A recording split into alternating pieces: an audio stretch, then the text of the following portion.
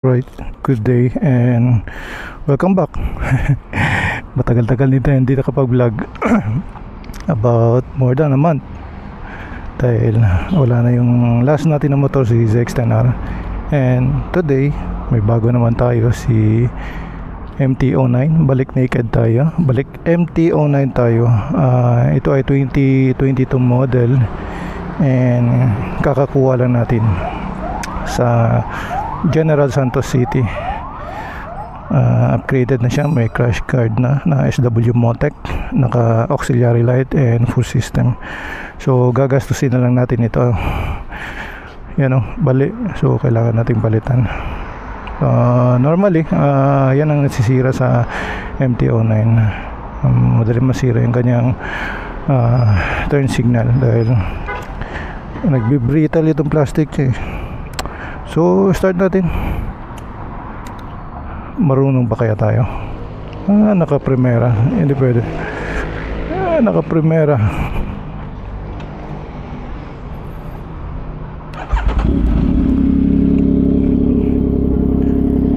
Ngayon lang tayo nag-start mag-vlog dahil ang init kanina. I'm sure na pangit ang kuha. At least ngayon medyo nagkulimlim. Kailangan din pala natin i-change oil ito. Naka V-Lane, full exhaust pala siya. V-Lane, panalo. Itong SW Motec, alam ko mahal to, mga 11 or 12. Nag-range sa mga ganyan. And then itong full system na V-Lane, parang mga 15 to 20 yata. Kulang lang siya sa linis. Ayaw po, let's go and welcome back sa JCT Moto, mga kaibigan. Maraming salamat po.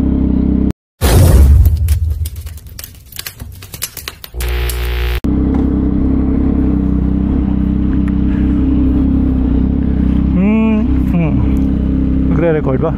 Ayun.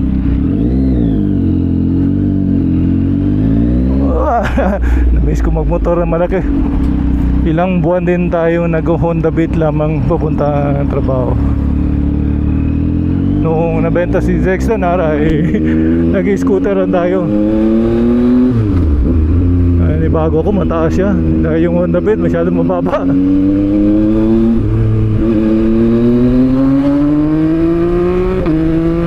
Ay, grabe ka power talaga ng MT-09. Ang sarap ng hatag niya. Actually mas nagugustuhan ko ang handling niya compare sa sports bike. Iba rin kasi talaga ang behavior ng sports bike.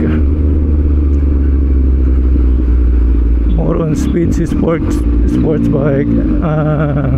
Naked tulad ng MT-09 ay binibigyan kanya ng thrill, enjoyment, bawat torque, bawat hatak. Ayun o. Makalakas. Uy, 1 bar na lang. Next time na. Kaya pa yan. Uwi na tayo ng bahay, gutom na ako at uhaw na uhaw. Umalis ako na Jensen mga alas 12. Oras ngayon ay alas 2. So 2 hours natin kinuha ang Jensen to Davao. Ngayon natin nag-start mag-vlog dahil ang init kanina. Grabe ang sikat ng araw. Sakit.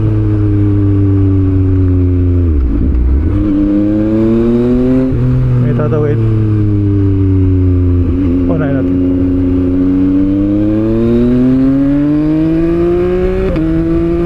Sarap ng quick shift niya. Very smooth.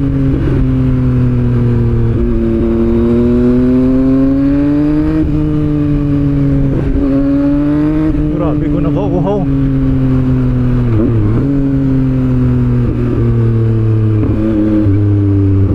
Taas ng MT-09.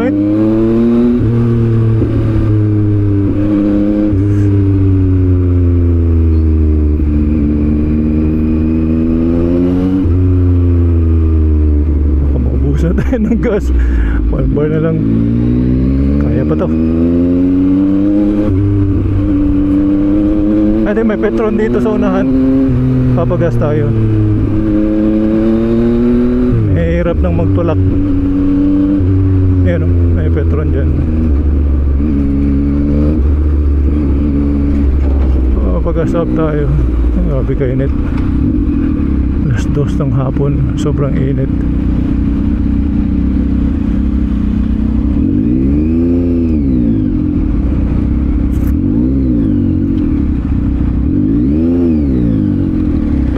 Grabe ang init.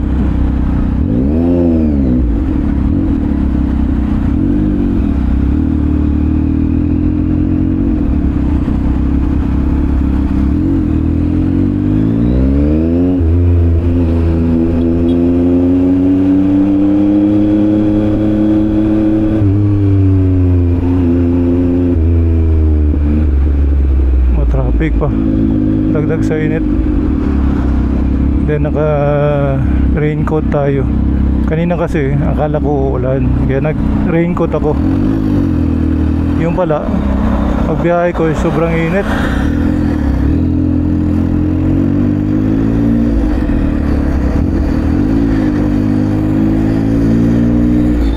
Magas muna tayo dito.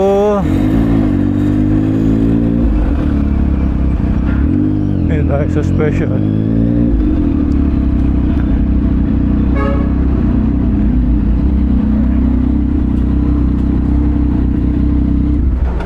Puno, special.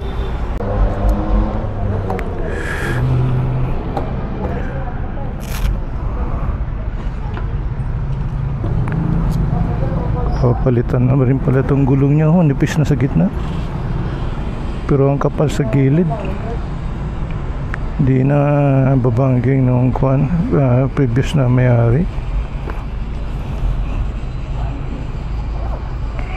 Bayad tayo ng card.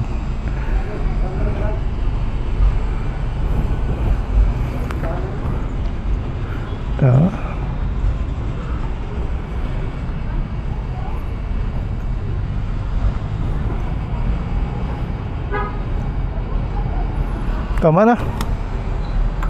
Suka na na.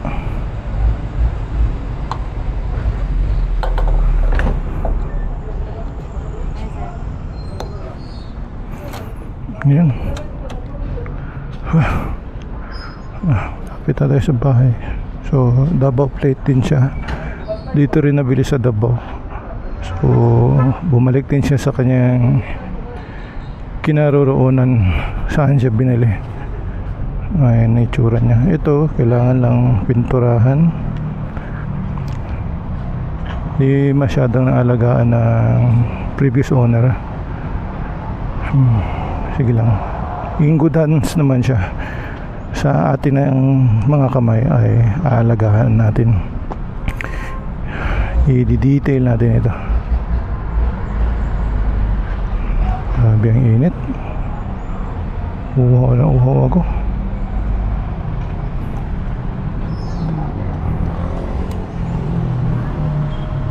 On natin.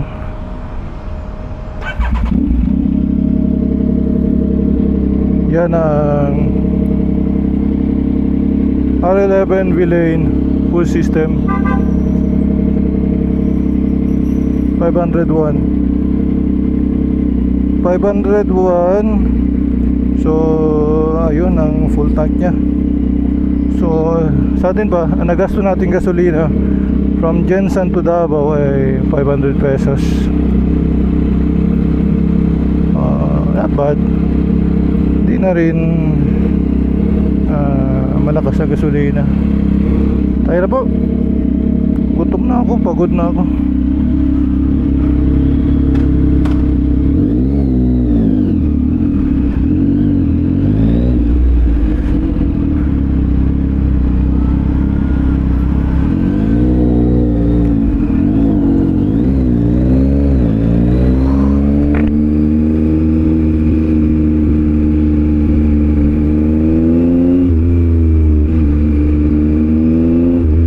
Nakaka-drain pag ganito kainit.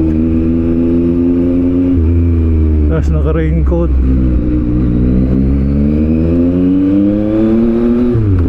Para tayong nag-jogging.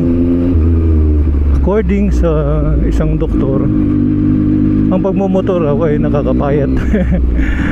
Nag-burn ka rin ng calories.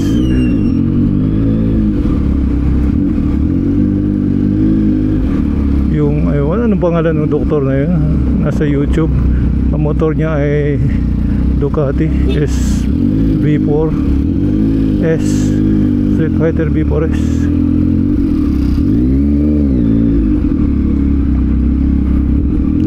Bata pa itong MT-09 na ito, 5,000 pa lang ang odo, and 2022 model. Halos hindi ginagamit ng previous owner. Maraming motor eh. Yung first natin na MT-09 2021 ay nung nakuha natin yun, nasa 1,200 ang odo. Jackpot din pagkakuha.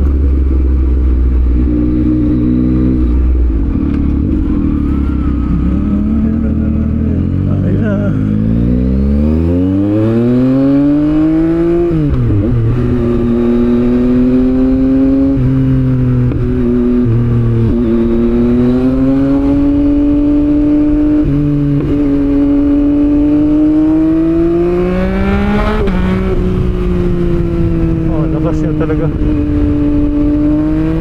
grabe ang torque ng MT-09, no? Oh, pisik, pasensya na. Oh, may likod.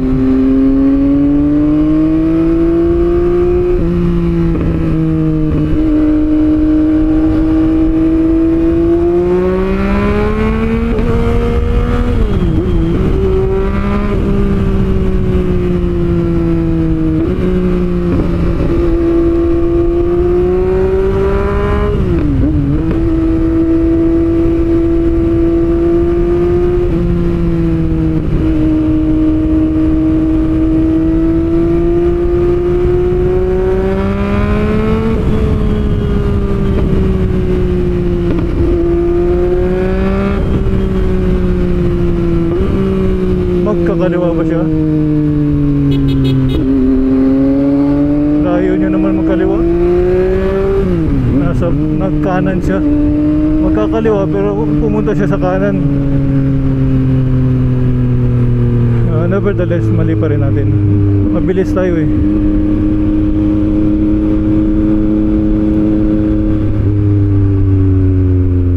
Walang tama sa nagmumotor na mabilis. Kahit anong dahilan mo ay mali ka. Mali tayo. Uy, nag-slide sa balas. Buti na lang may traction. May traction control. Nag-slide ang likod natin.